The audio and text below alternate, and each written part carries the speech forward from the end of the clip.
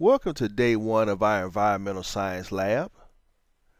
Our lesson objective for today, we will learn different techniques for obtaining sample data. We will learn data analysis that includes determination of percentages and compare data obtained by sampling with actual values. Our first definition is sample, a smaller portion of a whole. Now, what if we want to determine the composition of a mixture? Each material within the mixture must be able to be distinguished by its weight, area, shape, and/or space that it occupies within the complex mixture. Now we go over the point count sampling of a soil sample. The goal of this technique is to determine how much of each component is present in the soil. We are interested in the relative proportions, or percentage of the components present in a material. The relative proportions, there are two of them. The first is the porosity of the soil.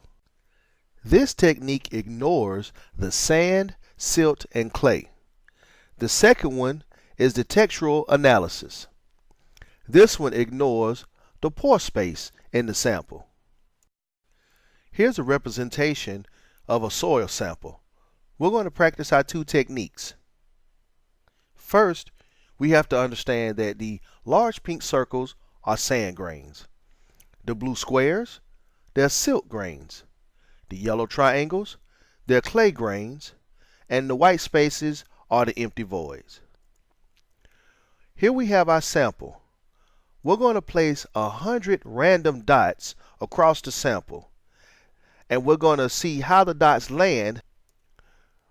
We're going to count up our dots, and you may get something different, but all four values have to add up to 100, as it says down here in this gray area. If not, recount. You either missed some or you counted some twice. Here's the count I got. 59 of the dots fell on the pink circle, which are the sand grains. 16 of the dots fell on the blue square, which is the silt grains. And 11 of the dots fell on the yellow triangle, which are the clay grains. And 14 of the dots fell into the blank spaces. It's okay if you got different values, as long as the four values add up to 100. Let's go to our first technique.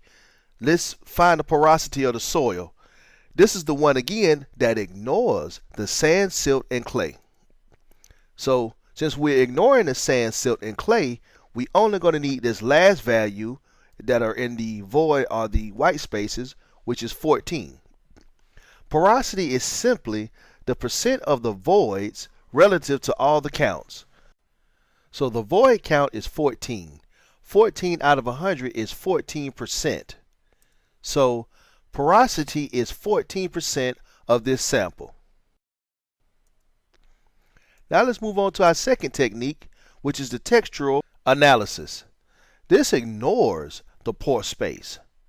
It pretty much just focuses on what you can hold in your hand, what's real about the sample. So we delete the count that deals with the void space, and we only focus on the sand grains, the silt grains, and the clay grains. So the process we're working through now is called the relative determination, because we're trying to determine the relative amount of each particle present within all of the solid material. You must discard the number of dots falling on the voids and recalculate the 3 to a new percentage as follows. The number of dots falling into void spaces, which as we said earlier was 14, we take our original total, which was 100 dots, minus the 14 void spaces, we have a new total of 86. Now, just like when we were figuring out the porosity, we just need to find the percentage first. Now what we do is remember we have a new total. We're going to divide that new total into our percent. So now we have a true percentage of all the material without counting the empty space. And we're going to plug that in over here, and that's our relative determination.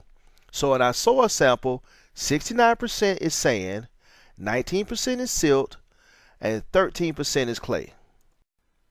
So here's our last definition, which is loam.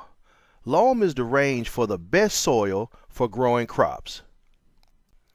And what we're going to do is compare that to our soil sample that we just took, and we can see the soil sample that we took is not the best soil for growing crops. Let's say you were buying a piece of land. Wouldn't you like to see this report that says, hey, you can't grow crops on this land, the soil's not right? Before you buy it, take care and thanks.